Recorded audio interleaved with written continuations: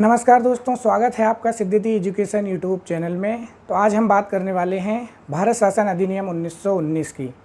MPPSC prelims unit 6 का topic पहला है भारत शासन अधिनियम 1919 और भारत शासन अधिनियम 1935। तो आज हम बात करने वाले हैं भारत शासन अधिनियम 1919 के बारे में। तो मैंने इस एक्ट के सारे जो भी इम्पोर्टेंट फैक्ट थे वो सारे के सारे इस वीडियो में कवर किए हैं। हो सकता है आपको विजिबल ना हो रहा हो, लेकिन आप वीडियो को आखिरी तक देखिएगा। मुझे उम्मीद है कि आपके सारे फैक्ट इस वीडियो में क्लियर हो जाएंगे। तो चलिए शुरू करते हैं। भारत शासन अधिनियम 1919। इस अधिनियम को मॉन्टेग्यू चेम्सफोर्ड सुधार के नाम से भी जाना जाता है। क्यों? क्योंकि वर्ष 1918 में भारत के राज्य सचिव हुआ करते थे मॉन्टेग्यू और वायसराय हुआ करते थे लॉर्ड चेम्सफोर्ड। इन दोनों ने संवैधानिक सुधारों की अपनी एक योजना तैयार की, जिसे हम मॉन्टेग्यू चेम्सफोर्ड सुधार के रूप में जानते हैं, जिसके कारण वर्ष 1919 में भारत शासन अधिनियम को अधिनियमित किया गया। यह अधिनियम 1921 में लागू हुआ है। इस अधिनियम को 1921 में लागू किया है। अब हम बात करते हैं इस अधिनियम को लाने का उद्देश्य क्या था। तो इसका उद्देश्य था भारतीयों का शासन में प्रतिनिधित्व, यानी कि इसका महत्वपूर्ण जो एक उद्देश्य था, मुख्य उद्देश्य वह था कि जो प्रशासन है उसमें भारतीयों का प्रतिनिधित्व ज़्यादा से ज़्यादा हो। और दूसरा था उत्तरदायी सरकार की स्थापना, यानी कि भारत में एक उत्तरदायी सरकार की व्यवस्था की जाए। तो इस अधिनियम का अब हम देखते हैं कि भारत में क्या क्या बदलाव हुए। तो पहले हम देखते हैं केंद्र स्तर पे क्या बदलाव हुए। तो केंद्र स्तर पे जो विषय थे उनको दो सूची में विभाजित किया गया। पहला केंद्रीय सूची और दूसरा प्रांत सूची। तो केंद्रीय सूची जो थी उसके विषय थे, जो विषय राष्ट्रीय महत्व के थे उनको केंद्रीय सूची में रखा गया, या फिर एक से अधिक प्रांतों से संबंधित थे उनको इस सूची में रखा गया। जैसे विदेशी मामले हो गए, रक्षा से संबंधित मामले, राजनीति से संबंधित, सार्वजनिक ऋण, नागरिक और आपराधिक कानून या संचार सेवाएं आदि। इस प्रकार के विषय को केंद्रीय सूची में रखा गया। वहीं प्रांतों की बात करते हैं तो प्रांतीय विषय में रखे गए स्थानीय स्वशासन हो गया, सार्वजनिक स्वास्थ्य हो गया, शिक्षा, सामान्य प्रशासन, चिकित्सा सुविधाएं, भूमि राजस्व, जल आपूर्ति, अकाल राहत कानून और व्यवस्था, कृषि आदि। इस प्रकार के विषयों को प्रांतीय सूची में रखे गए। वहीं अब बात करते हैं कि इस अधिनियम के तहत कार्यपालिका में क्या बदलाव हुआ। तो कार्यपालिका में जो वायसराय गवर्नर जनरल थे उनकी जो कार्यकारी परिषद थी उसमें 8 सदस्य थे, जिनमें 3 सदस्यों का भारतीय होना जरूरी था। मतलब जो अधिनियम था 1909 का, उसमें जो वायसराय की कार्यकारिणी परिषद थी उसमें एक भारतीय होता था, लेकिन इस अधिनियम के तहत उसकी कार्यकारिणी परिषद में 3 सदस्यों का होना तय किया गया। गवर्नर जनरल को विधायिका द्वारा लौटाए बिल को प्रमाणित कर सकता था, यानी कि गवर्नर जनरल के पास में इतना पावर था कि यदि विधायिका के द्वारा कोई भी बिल लौटा दिया गया है तो उसे अगर गवर्नर जनरल प्रमाणित कर दे तो वो बिल विधायिका के द्वारा पारित बिल के समान हो जाता था। वहीं अनुदानों में कटौती करने का अधिकार था। गवर्नर जनरल अनुदानों में कटौती कर सकता था। अध्यादेश जारी करने का अधिकार गवर्नर जनरल के पास में था, यानी कि वो अध्यादेश भी जारी कर सकता था। अब हम बात करते हैं इस अधिनियम के तहत जो विधानमंडल था उसमें क्या बदलाव हुए।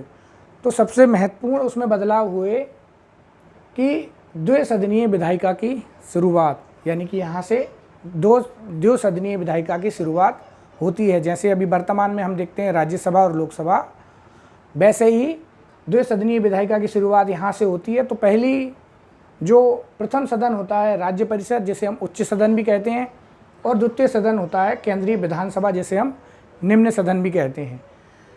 तो राज्य परिषद जो थी उसमें कुल सदस्यों की संख्या 60 थी, जिनमें से 34 निर्वाचित होते थे और 26 सदस्य मनोनीत होते थे।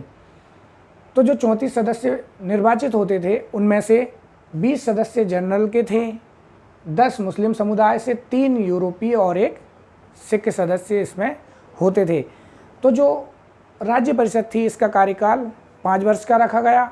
वहीं हम देखते हैं केंद्रीय विधानसभा का, तो उसमें कुल सदस्यों की संख्या होती थी 145, जिसमें 104 निर्वाचित होते थे और 41 सदस्य जो होते थे वो मनोनीत होते थे। अब जो 104 सदस्य निर्वाचित हैं उनमें से 52 जनरल से होते थे, 30 मुस्लिम समुदाय से, 2 सिख और 20 विशेष सदस्य होते थे। वहीं 41 सदस्य जो मनोनीत होते थे उनमें से 26 आधिकारिक होते थे और जो 15 सदस्य होते थे वह गैर सरकारी सदस्य होते थे। तो विधानमंडल को द्वि सदन की यहाँ से शुरुआत होती है। अब हम बात करते हैं विधानमंडल के जो सदस्य थे उनको क्या क्या शक्तियाँ दी गईं विधानमंडल के सदस्यों को। तो विधानमंडल के जो सदस्य थे उनको प्रश्न पूछने का अधिकार इस अधिनियम के तहत दिया गया। और क्या, पूरक प्रश्न भी कर सकते थे, स्थगन प्रस्ताव पारित करने का अधिकार भी इनको दिया गया। वहीं बजट के 25% हिस्से पर मतदान करने का अधिकार सदस्यों को दिया गया। यानी कि विधानमंडल के जो सदस्य थे, विधायिका जो थी, उनको 25% हिस्से पर, बजट का जो 25% हिस्सा था उस पर मतदान करने का अधिकार दिया गया। बाकी 75% जो हिस्सा था उस पर मतदान की तो बात बहुत दूर की बात है, उस 75% हिस्से पर तो ये चर्चा भी नहीं कर सकते थे। अब बात करते हैं जो विधायिका थी उसका जो गवर्नर जनरल था उस पर और उसकी कार्यकारी जो परिषद थी उस पर कोई भी नियंत्रण नहीं था। यानी जो विधायिका थी यहाँ पे, उसका गवर्नर जनरल और उसकी कार्यकारी परिषद पर कोई भी नियंत्रण नहीं था। मतलब हम मान सकते हैं कि अभी भी गवर्नर जनरल जो था वो सुपर पावर था, यानी सारी शक्ति अभी भी गवर्नर जनरल के पास में थी, क्योंकि उस पर विधायिका का कोई कंट्रोल ही नहीं था। वायसराय को, अब जो वायसराय थे उनको विधायिका को संबोधित करने, बैठकों को आहूत करने, स्थगित करने या विधानमंडल को निरस्त करने या खंडित करने का अधिकार प्राप्त रहा। यानी वायसराय को ये अधिकार प्राप्त रहे कि वह विधायिका को संबोधित कर सकता था, बैठकों को आहूत कर सकता था, स्थगित कर सकता था और उसे भंग भी कर सकता था। यह अधिकार वायसराय के पास में बना रहा। केंद्र सरकार को क्या क्या शक्ति दी गई, यानी कि केंद्र सरकार जो है प्रांतीय सरकार पर अप्रतिबंधित नियंत्रण था। जो केंद्र सरकार थी उसका प्रांतों पर अप्रतिबंधित नियंत्रण प्राप्त रहा। वहीं केंद्रीय विधानसभा को और क्या शक्ति दी गई, जो केंद्रीय विधानसभा थी वह संपूर्ण भारत के लिए, यानी सभी सरकारी अधिकारी और सभी आम लोगों के लिए कानून बनाने के लिए उसको अधिकृत किया गया। यानी कि जो केंद्रीय विधानसभा थी वह सभी अधिकारी और सभी भारत के जो आम लोग थे उनके लिए कानून बना सकती थी, वह चाहे भारत में हो या भारत के बाहर हों।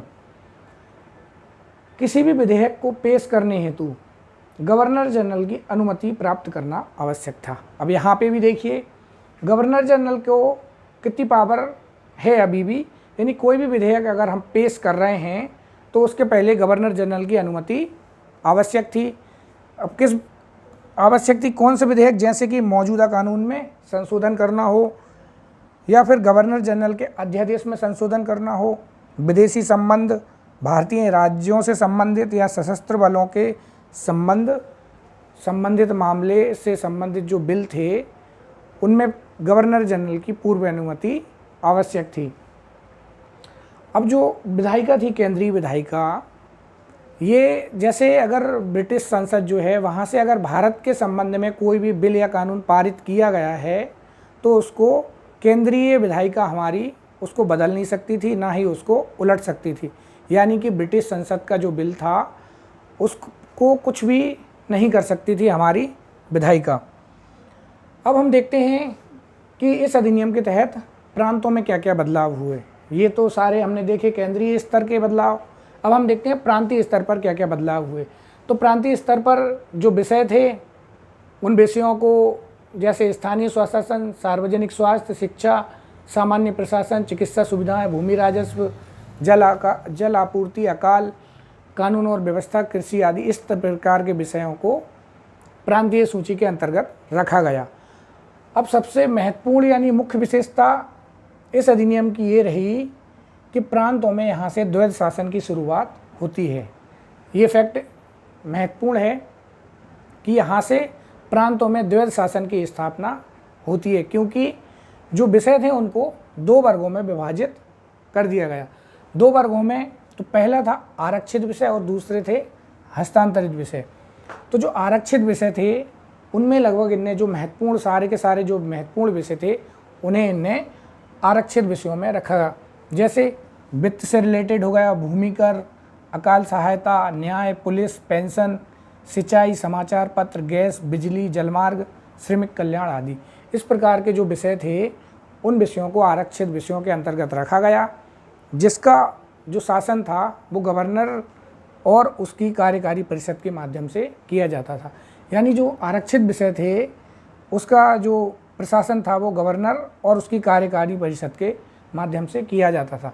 तो जो प्रांतों में जो गवर्नर था, ये गवर्नर जो गवर्नर जनरल था उसका ही एक एजेंट था यहाँ प्रांतों में, जिसका गवर्नर और उसकी कार्यकारी परिषद के माध्यम से ही इसका जो है शासन किया जाता था। वहीं हस्तांतरित विषयों में शिक्षा को रखा गया, स्वास्थ्य, स्थानीय सरकार, चिकित्सा सहायता, उद्योग, कृषि, सार्वजनिक निर्माण विभाग, माप तोल, उत्पाद शुल्क आदि, ये सारे के सारे विषयों को रखा हस्तांतरित विषयों में। अब इन हस्तांतरित जो विषय थे इनका शासन विधान परिषद के जो निर्वाचित सदस्य थे उनमें से, जो निर्वाचित सदस्य जो थे इनमें से भी मनोनीत मंत्रियों के द्वारा इसका प्रशासन होता था। अब जो निर्वाचित सदस्य थे इनमें से मनोनीत जो सदस्य थे इनको कौन मनोनीत करता था? तो इन सदस्यों को गवर्नर के द्वारा मनोनीत किया जाता था। एक प्रकार से देखा जाए तो गवर्नर का इनडायरेक्ट हस्तांतरित विषयों पर भी कंट्रोल था, क्योंकि यही तो मनोनीत कर रहा है, तो ये लोग तो इसकी चमचागिरी करेंगे ही करेंगे, तो इनके द्वारा इसका शासन किया जाता था। वहीं अब संवैधानिक तंत्र विफल होने की स्थिति में अब गवर्नर का इस पे भी लगभग उसका पूरा कंट्रोल है। वहीं संवैधानिक तंत्र के विफल होने की स्थिति में गवर्नर हस्तांतरित विषयों का प्रशासन भी अपने हाथ में ले सकता था। यदि प्रांतों में संवैधानिक तंत्र विफल हो रहा है तो ये जो हस्तांतरित विषय है इनको भी ये गवर्नर अपने हाथ में ले सकता था, इतना पावर इसके पास था। भारत के जो राज्य सचिव थे और गवर्नर जनरल, उनको जो आरक्षित विषय थे उनमें हस्तक्षेप करने का अधिकार था। जो भारत के सचिव, भारत के राज्य सचिव और जो गवर्नर जनरल थे उनको इन आरक्षित विषयों में हस्तक्षेप करने का अधिकार था, लेकिन जो हस्तांतरित विषय थे उनमें हस्तक्षेप नहीं कर सकते थे।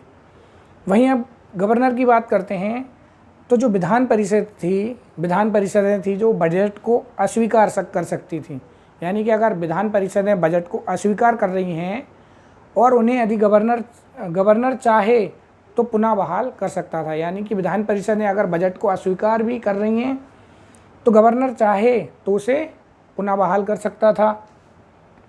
गवर्नर जो है मंत्रियों को किसी भी आधार पर बर्खास्त कर सकता था, यानी जो मंत्री थे उन्हें यह हटा सकता था।